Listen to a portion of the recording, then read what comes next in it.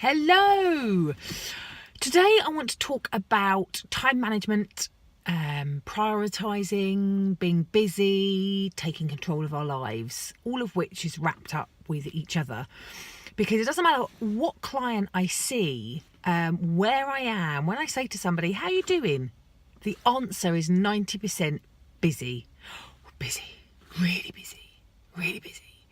And it's just not getting better, it's getting worse. And so I'm reading a book at the moment with the same title, and it's got me thinking about quite a lot of things. One being the old way of developing when somebody is busy is time management. And that's trying to get control of your time and trying to make lists and figure out what you're going to achieve and what you're not. Now, I have nothing against to-do lists. I actually make to-do lists. But the reality is, and which has been a bit of a big thing for me, is do not ever expect to get to the bottom of your to-do list, because the world is a busy place. The world is a very different place to what it was 10, 20, 30 years ago. And therefore, you will have a continuous stream of things coming into you, whether that's emails, whether that's social media, whether that's meetings, whether that's clients, whatever it is, that's not going to stop. And therefore, what makes you think that your to-do list is ever going to stop? Because it isn't.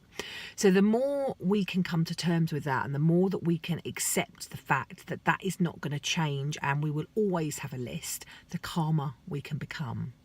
Exactly the same with emails. You're never going to have zero in your inbox. Anyone that tells you need to be aiming to get zero in your inbox is crazy, because you probably get several hundred every day. So how are you ever going to get to zero? You're not. So get calm with the fact that you aren't going to get to zero and that you've got to do your best. So if you take it out of a work scenario, out of a social scenario, and think, if you had £100 and I said to you, you could use that £100 to buy anything you like, and you're going to buy something slightly different, whether it's golf club, whether it's a handbag, whether it's something for the kids, whether it's something for the house, whatever it is, you only have £100.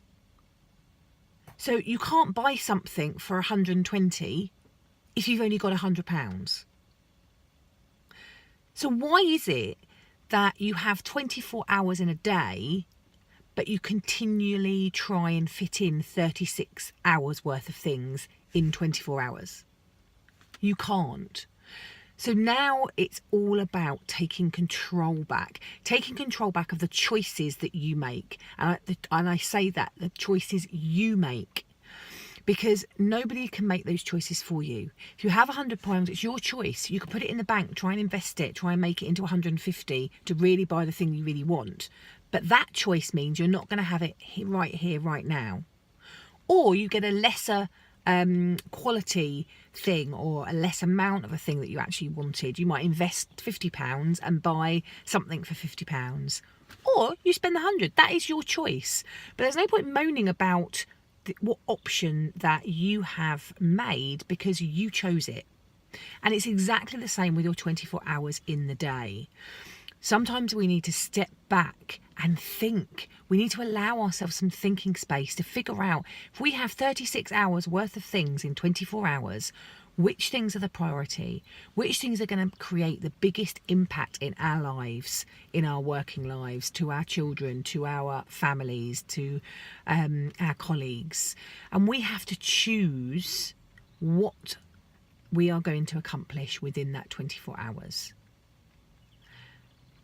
And therefore, if 8 hours of those are supposed to be at work, there is no point having 10 or 12 hours of things on your to-do list, because you only have 8 hours. So we need to rejig what we are prioritising, how we're prioritising, and figure out if there's anyone around us who could help us prioritise. Somebody gives you a piece of work, speak to your manager, speak to your boss, speak to a colleague. I have 5 things that I have to do, which I see are all important. In the time I have, I'm only going to be able to achieve 3 of them. In my view, these 3 are the most important. Do you agree with that? And then you've got your 3 things. Now, I'm talking very simply here, and this is a mindset, and therefore it's going to take a long time to change, but it is really worth thinking about. This busy lifestyle is not going to get any less. It is only going to get more. You're only going to get more emails in your inbox. You're going to get more likes, comments, things to read in your social media. You're going to have more news inputs. So that is not going away. So you've got to increase your level of acceptance of that and find ways of taking control back of what it is you're doing, the actions you are doing, how you're doing them, and the output of that.